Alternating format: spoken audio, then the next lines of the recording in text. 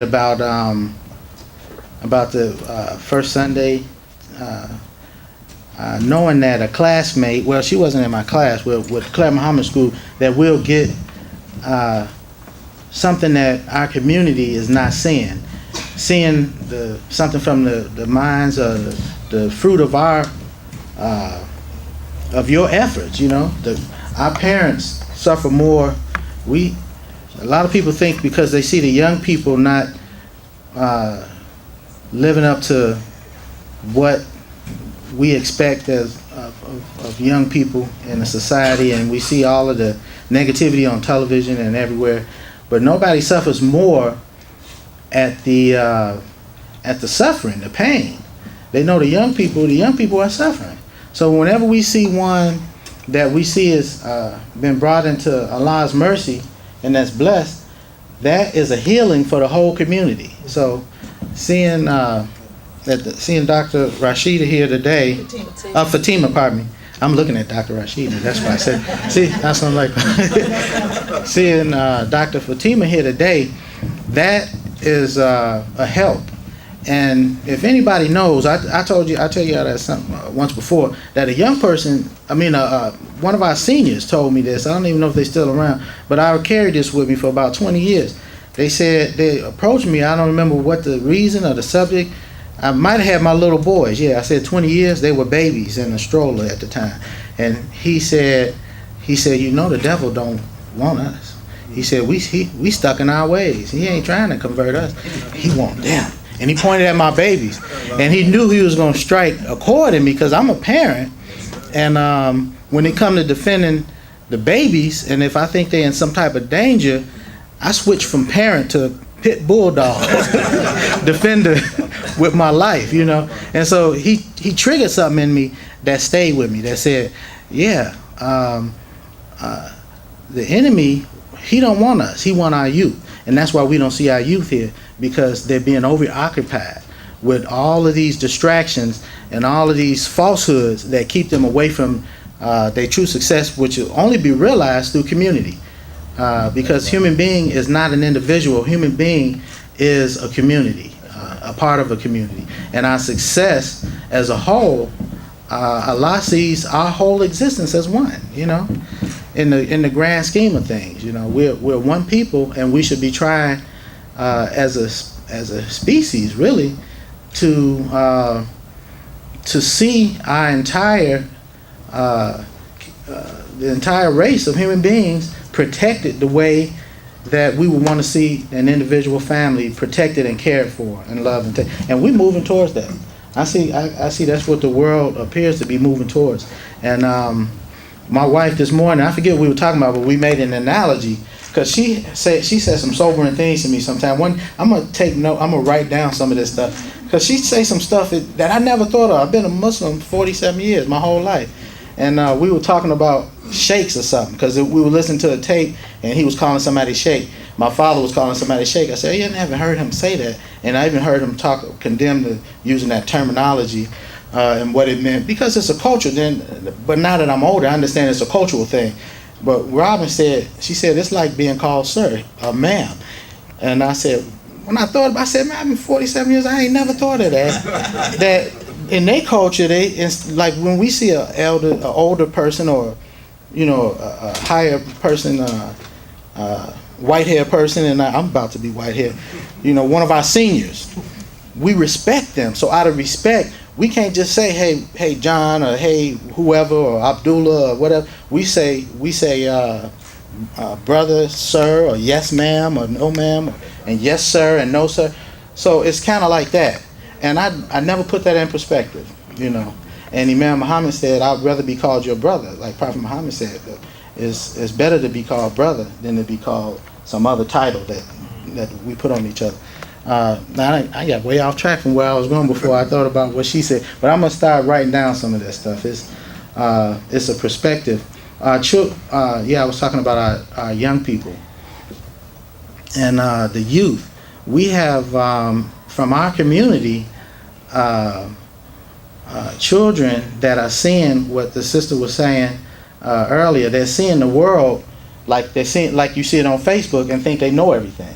they're getting a lot of information and getting a lot of perspective. But one sobering thing is that I met with a young man, Caucasian man, was it last weekend? It might have been last week.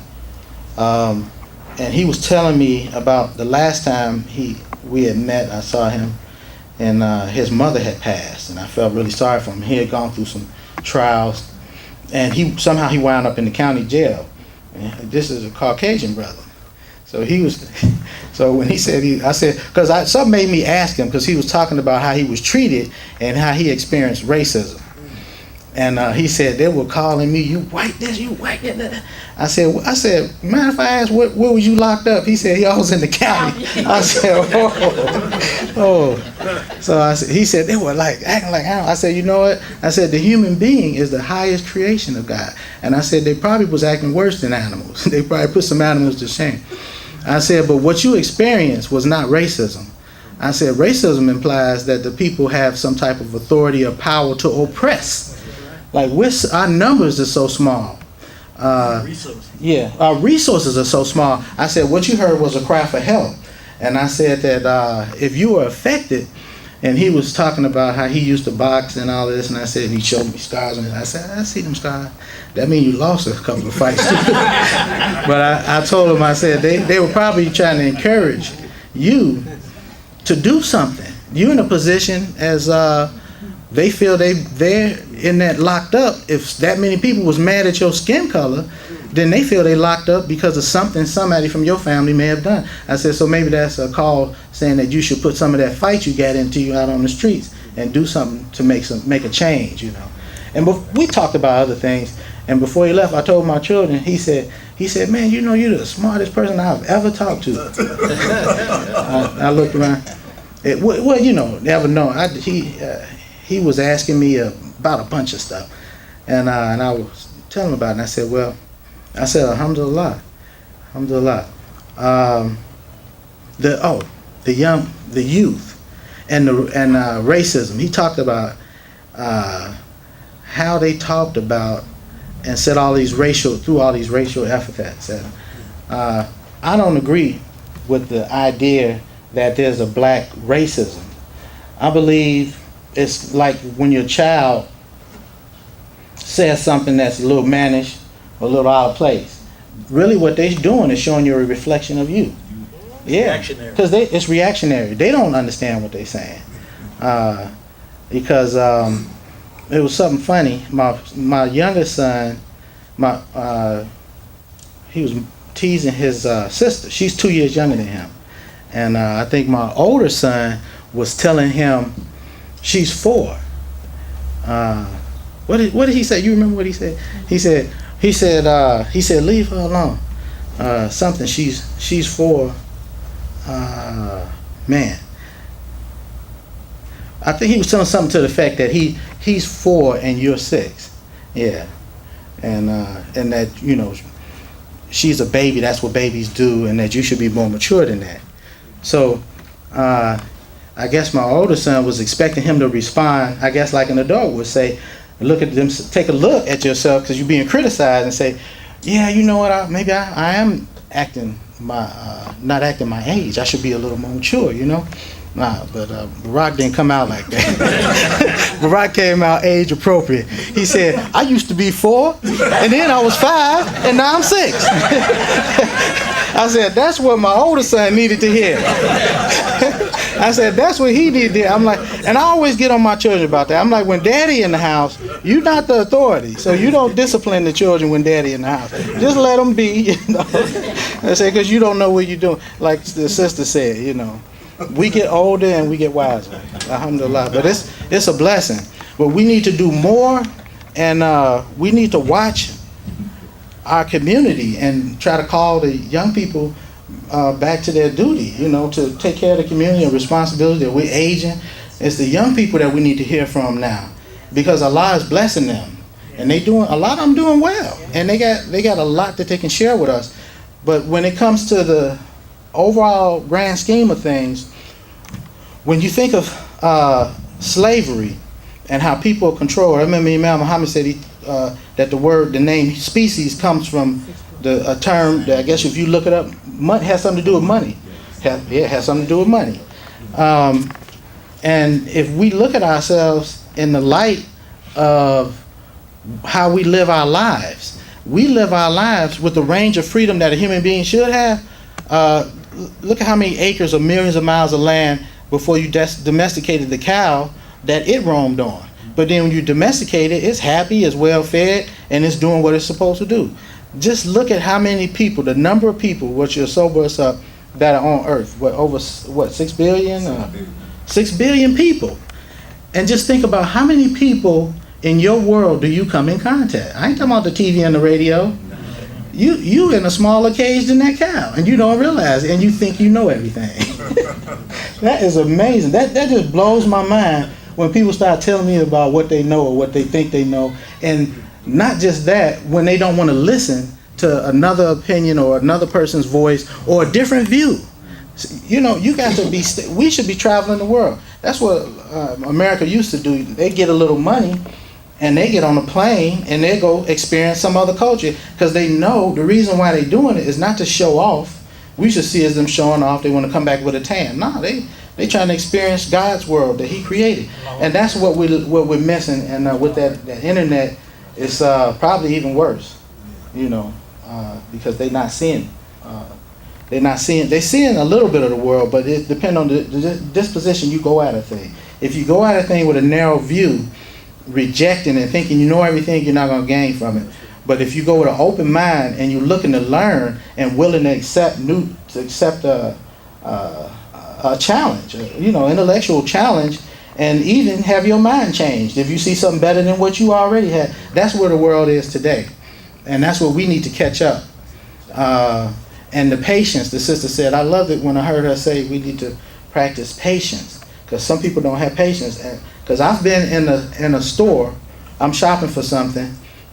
A lot of y'all might not experience this, but being African American, I walk in there and I can feel almost like I carry a gravity with me. I'm pushing the workers and the people that I need to help me. Because I go in there sometimes scruffy. I wear my Crocs and my shorts and my dirty T-shirt right out the Mosque's garden after digging in the dirt, and I walk in the store and I make everybody run. But I've seen people going there. I go mission-wise. I'm going in to look for one thing that's going to help me with whatever it is I'm trying to do. You know, I ran out of bread. I'm going in to get a loaf of bread. That's it. But I've seen our sisters, some of them, or on occasions, get frustrated, emotional. They allow a person, the way they looked at them or spoke to them, and they immediately defeated. And they forgetting they came in there for a loaf of bread. You came in for a loaf of bread. You didn't come in here to meet your soulmate. They're not supposed to give you a kiss and tell you how beautiful you are. You got to get that somewhere else. So you don't give up. Don't give up. We have to work harder as a people to achieve our goals and never lose focus of what your goal is. If it's honorable, Allah will help you achieve it. So, alhamdulillah, I'm sure I took up more time than I should have, but I'm really looking forward to, and it's just your perspective also. I was listening to a tape, it's just your perspective, how you see things. Well, I got too many competing things coming in my head. Our success as a community is huge. I was listening to tapes of what Imam Mohammed dealt with, and I thought to myself, Imam Mohammed, he went out of his way not to promote himself, as he used to get, he had to tell us, he said, I'm your leader, you with me, but the way he said that was like he was leaving the door open. He wasn't making you do nothing. He was saying that, y'all got to, I need your help, I need your support, and I need you to follow me. If we're going to do these things, all these big things I've been telling y'all for all these years. And so he wouldn't say it. Now, when he was talking about the school of thought, he was saying, we need to come up with a school of thought. And he said that, if y'all have somebody, find some other school of thought, he said, bring it, but we need a school of thought. He was saying method, and I think this was in '94. I was listening to the tape. And I said, wow. I said, well, he had to speak that way, because then he had to deal with people saying that he dictated community, but the leadership